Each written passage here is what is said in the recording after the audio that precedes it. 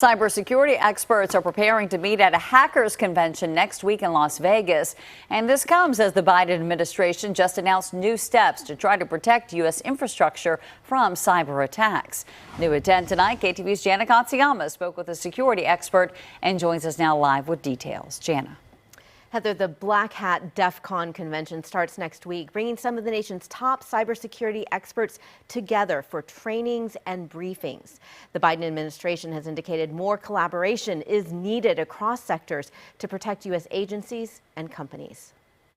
From companies such as meatpacking plants to the nation's oil pipelines and even federal agencies such as the Treasury and Commerce Departments, cyber attacks have become a worrying threat nationwide. You're going to see an attacker, particularly the advanced ones, using only as much force as absolutely necessary. Craig Williams is director of Cisco's Thales Security Division. He says in many cases, hackers might simply exploit weaknesses in government or companies' systems. A lot of the time you'll see more simplistic attacks or well-known attacks, things that maybe should have been patched but were not patched because of, priority or timing or the utility required to patch it.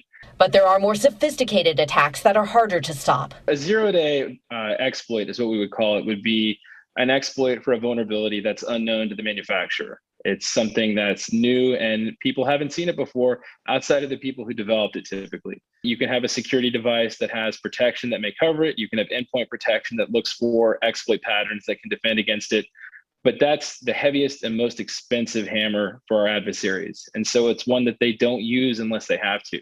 The Biden administration announced new measures this week to set up voluntary public-private partnerships to protect core sectors from hacking efforts, including threats coming from China and Russia that could escalate even to the point of war. When we find these threat actors that no one else is aware of, we want to make sure that everyone can block it, because if we can get everyone to block those servers and everyone to not pay the actors, it helps drive those actors out of that business and into other areas where they're not hurting customers. As to the problem of ransomware, it sounds really tempting to say no one should pay the ransom, but the reality is now these actors are targeting things like healthcare, law enforcement, local governments, and those are things that you simply can't live without.